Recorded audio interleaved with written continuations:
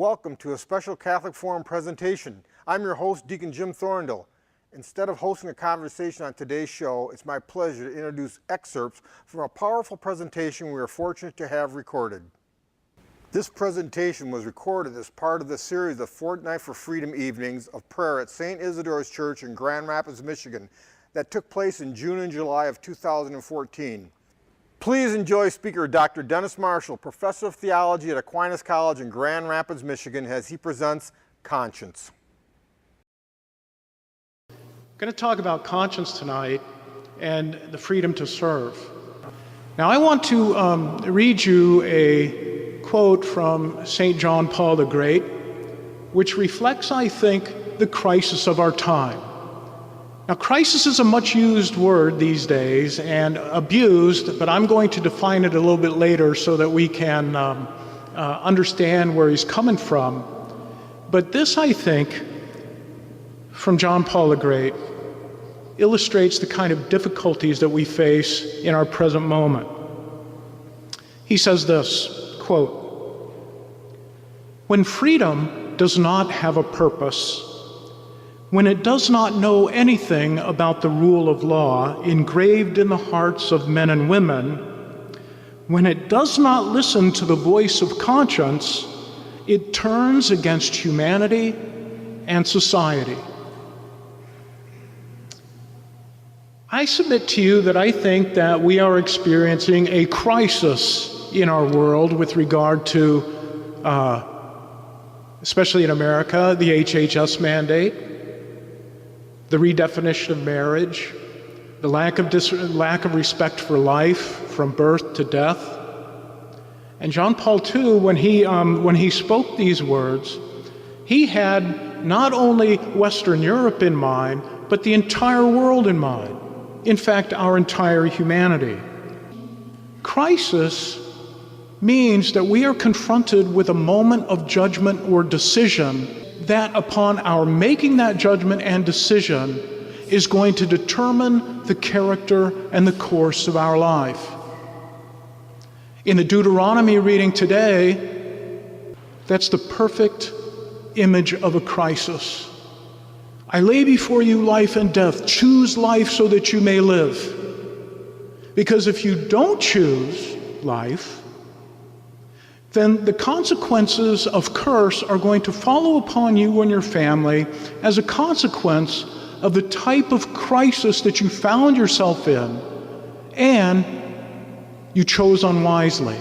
We live within a context in which we've lost our moorings, and the crisis within which we live is a moral crisis, and it's also a truth crisis. I want to illustrate this by giving you several examples and illustrating what I mean.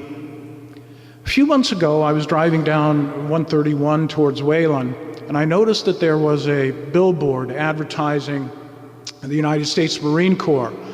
I was paying attention to this carefully because here's this man dressed in his dress blues, and the caption on the sign says this: "Dedicated to a sense of honor." Now, as I was driving past that, it struck me that 30 years ago when I was in the service, the Marines were not dedicated to a sense of anything. They were dedicated to honor, to service, to courage, to fidelity. Not to a sense, but to a real thing. Now this is important. It seems insignificant, but it's important to understand this, is that if I'm only committed to a sense of something, what if I say this? I'm committed to a sense of marriage. I'm committed to a sense of life. I'm committed to a sense of justice. And what if some of my students back here would say, well, I have my own definition of justice, Dr. Marshall, and I have my own definition of love and marriage, Dr. Marshall, and I have my own definition of honor and courage and all of these other things. The crisis that we face in this sense is the real crisis in regard to the fact that by dedicating ourselves or committing ourselves to a sense of something, we give the impression that we ourselves are the source of honor, that we're the source of fidelity, that we're the source of love, that we're the source of truth and goodness, and so on and so forth, as if we were the creators of those things, when in fact we're not. St. Thomas Aquinas tells us that the mark of truth and goodness is not that which comes from within us, but that which we attend to outside of us. And so consequently, for me to know what is true and what is good, I must know that which is outside of me, and ultimately the source of that truth and goodness. I place before you life. When God confronts the Israelites, he places before the Israelites himself the highest truth. A truth that I do not create. I do not commit myself, and the Israelites did not commit themselves to a sense of God. So everybody understand this. It's very important, because this is the beginning of what Benedict XVI is going to call the dictatorship of relativism. And that dictatorship of relativism is going to be manifested not simply in the fact that I may have my sense of marriage and somebody else may have their sense of their own, but it's the fact that in the ensuing confusion of, say, 7 billion different senses of something, that we're not going to be able to maintain any type of order whatsoever. And so sooner or later, somebody is going to have to step in and impose order on the madness, which is a relativistic view of the world. And so let me give you an example of that. Most recent, too. How many of you are familiar with Archbishop Cordileone of San Francisco? How many of you are familiar with Nancy Pelosi, Senator Pelosi, taking him to task and telling him not to go to that march for marriage? Why? Because she says that contained within the supposed virtue of the march for marriage was venom. The venom of hate, the venom of prejudice, the venom of bigotry, and so on and so forth. Now remember, just a moment ago we talked about the person who's committed to a sense of something. That's a disorder. We are disordered from the truth. And we see the further confusion of that disorder of the truth in Nancy Pelosi's comments to the bishop, who equates what true marriage is with evil, with venom, and with poison for humanity. It's confusion. On her part, not on my part, not on Archbishop Cordileone's part. But what I find particularly interesting in this and subtle is that the senator can begin to bring to bear political pressure upon an archbishop as if the state is the author of marriage, as if the state is the author and the definer of the sense of things. And so consequently, we're moving out of the realm of the individual who has a sense of something to a social order that believes that it is the source of truth and goodness and beauty and so on and so forth. And when the society itself comes to that point, then tyranny is not far behind.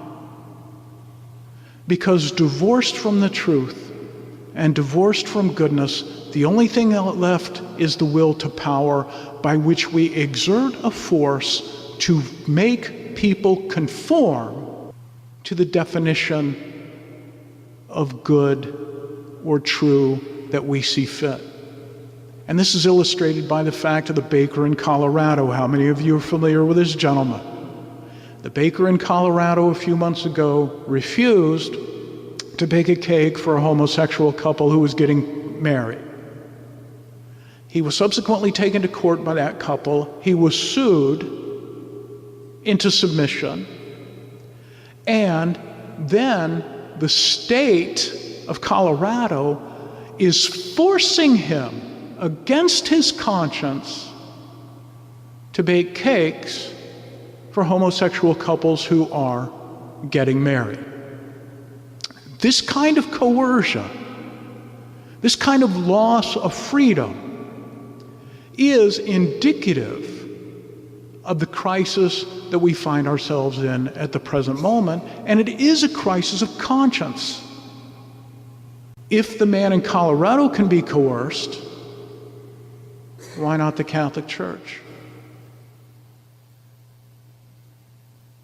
If the state thinks that it is the source of what is true and good, then why can't it even dictate to God what is true and good, and to God's church? And so we're confronted with a particular problem, it seems to me. Now, this problem is exacerbated for us in the extent that I heard a disturbing statistic the other day about Catholics believing in the true presence of Christ in the Eucharist. Who has that number? Does somebody have that number? I heard an outrageously high number that said nearly 70% of Catholics do not believe in the true presence. Is that true? Is it that high? Father, is it that high? That's serious business, because even Catholics then are separated from that standard of truth. We have a crisis of conscience. Now, all of these things are important that I draw your attention to precisely because of this. Each one of us in here, and each and every person outside of this building at the present moment throughout the world, is created in God's image and likeness. That means that all of us in here have one fundamental goal in our life, and that is the vision of God: to know Him and to love Him. To know Him as the highest truth, and to know Him as the greatest good. If we are disordered in our minds and hearts to where we can no longer recognize what is truly good and what is truly true, then, like those who choose death in Deuteronomy, are going to find themselves cursed. And yet God calls me, and God calls each one of us, to stand as a testimony to His goodness and His truth in the world in which we live.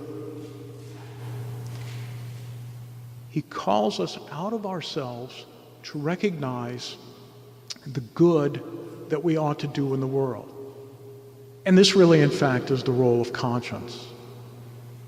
Now, a moment ago I told you that we human beings were created in God's image and likeness, and were made so that we might see God and love God as the highest truth and the greatest good. So to be made in God's image and likeness means that we are given by God as a gift with our existence a fundamental capacity to know good, to know that we should do good, and know that we should avoid evil. It is that capacity within us which orients us fundamentally to the good. Now, this capacity within us doesn't tell us immediately what is good or what is the highest good. That's why there's a second aspect of conscience known as the process by which we must educate ourselves in order to know what is truly good and so do it, and to avoid evil, and to know what is evil and so avoid it. This raises a particular challenge for us because God, in His goodness, created the world, and because He impressed Himself within it, everything within it, insofar as it exists, is good. Now we have to ask ourselves the question, what is good then? The good, ladies and gentlemen, is what is desirable. Let me repeat that because it has real implications for us today. The good is what is desirable. Now that's a foreign definition to what our contemporary time thinks, because we think in our contemporary world today that the good is what we desire. Now notice the difference in the orientation here. If the good is what I desire, then simply whatever I want is what is good. My wanting, my desiring something determines its goodness. It makes me the source of what is good. It makes me the source of what is true. But how can I be the source of those things if I'm not even the source of my own life? How can that possibly be? So the good is what is desirable. It is what attracts us. It's what draws us out of ourselves towards it. Ultimately, what is good for us is that which helps us to achieve our ultimate end, which is communion with God. So the world is full of apparent goods, but not all those goods help us to achieve the highest good. And the only way that we can discriminate between those apparent goods which are only empty with regard to our ultimate end, and the ultimate end, which is our highest good, is to be in attunement, to live connected to the ultimate end so that we may judge correctly. Let me put this a different way. We ought to seek to know God above all things and everything else in relationship to God. When we do that, then we see the world as it truly is. And we can act in it in a manner that is truly worthy of the dignity of our humanity. Does this make sense? Okay, good. So the whole process of educating our consciences is an attempt to penetrate to goodness itself, so that we can choose in a manner that is worthy of our humanity. And when we do choose in a manner that is worthy of our humanity, then we're truly free. See, goodness and freedom are linked to one another. If I only choose what I desire, as opposed to what is desirable, then I am going to choose those things which imprison me, and we call that sin. True freedom is acting in a manner that corresponds with our ultimate and our highest end. Truth-telling, giving life, exercising mercy, being compassionate. These are the kinds of acts that we're called to by God, which reflect the truly free human being. But the fact of the matter is this, is that those who define freedom by acting according to whatever they want to do, ultimately act in a manner that contradicts themselves and it puts them in a prison.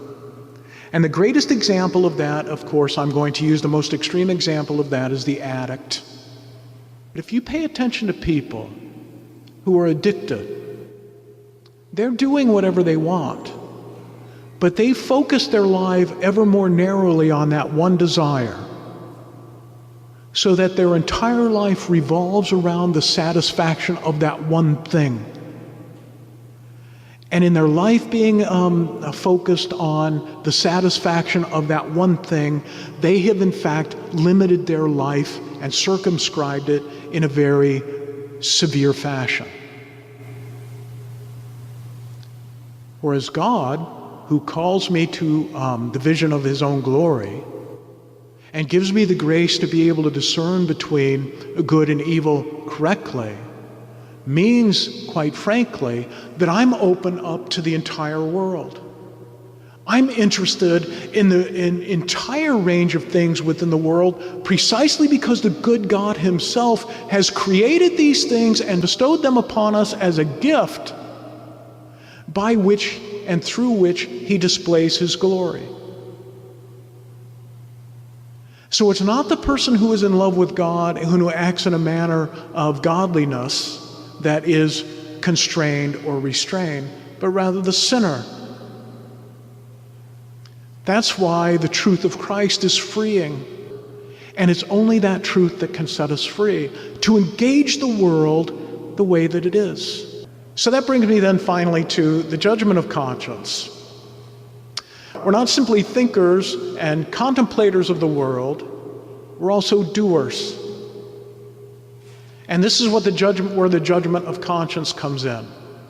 What we know to be good and to be done, we need to make a judgment about that, and then we need to put that judgment into action through a decision. If we don't, then we only really act with one part of our humanity. We act with our mind, but we leave our will paralyzed. But we're to know God and we're to love God. We're to know the good, we're to do the good. And that's what the judgment leads us to. Now, this judgment of conscience, once I come to an understanding of what is truly good and what ought to be done, then I must act upon that knowledge. If I do not act upon that knowledge, then I am culpable for sin. Now, so this judgment of conscience is a very powerful aspect of our moral decision making. Because once I arrive at the judgment that this is good and ought to be done, then nobody can force me to change that judgment. Not even God himself. So that when I act upon what I know, that action is truly mine.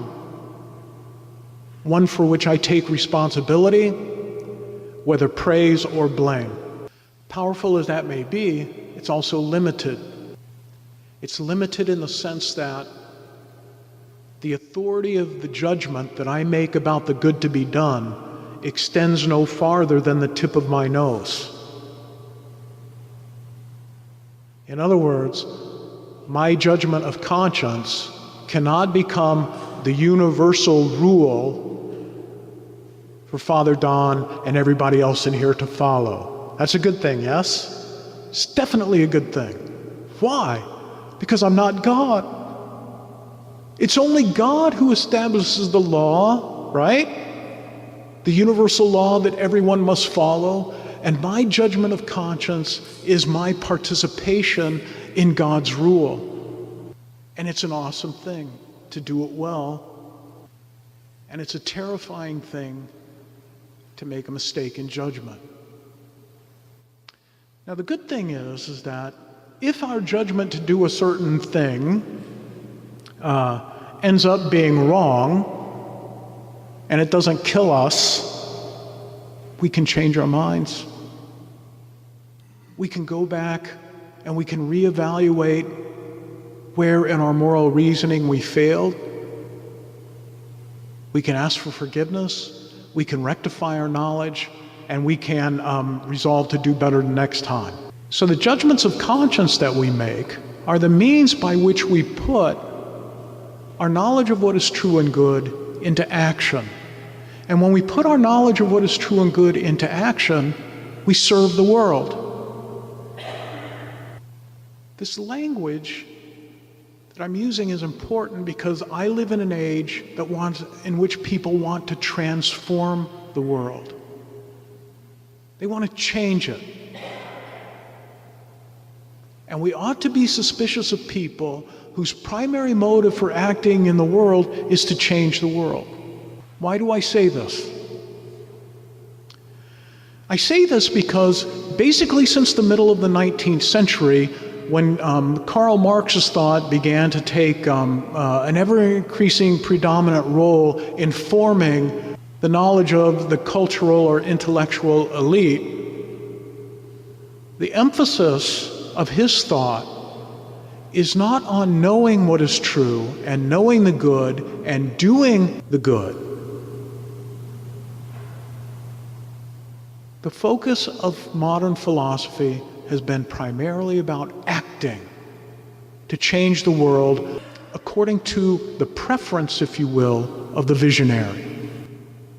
Let me give you an example of this, and I'm going to quote Karl Marx here. It's one of my favorite quotes of Marx. In his book, actually it's a collection of notes called his Theses on Feuerbach, he is surveying the history of philosophy from its origins up to himself. And you can almost get the sense that Marx is standing there looking in the past, looking at all of his predecessors in the philosophical realm, and he's got his hands on his hips and he says, you know, up to this point, philosophers have simply contemplated the world. But the point is to change it. And what did he want to change the world into? Into his own sense of reality, into the vision of his own truth. Remember the Marine and the sense of honor, committed to a sense of honor, right? Well, Karl Marx, like the Marine who has his own sense of honor, has his own sense of the world. And it's a sense of the world that is not grounded in reality, because that sense of the world emerges out of his own, what we might call, Promethean drive to make the world into his own image and likeness. God calls us to attend to him, the measure of truth and the measure of goodness. When we live in attunement to God, when we act in a manner that corresponds to his goodness and thus the goodness of the world, then we truly serve the world. And the world, in consequence, is changed by that. But the focus is always first and foremost on God himself, on his truth, on his goodness. Because if it's left to my truth and my goodness, I am going to impose my truth and my goodness upon you by means of violence that will remove your freedom from you. I will take it from you. And in doing so, I will violate your humanity in a way that God never would. You see, God leaves us free to choose life or to choose death. And even in the midst of choosing death, he does not abandon us to that, but calls us out of that and ultimately redeems us from it. Thanks be to God.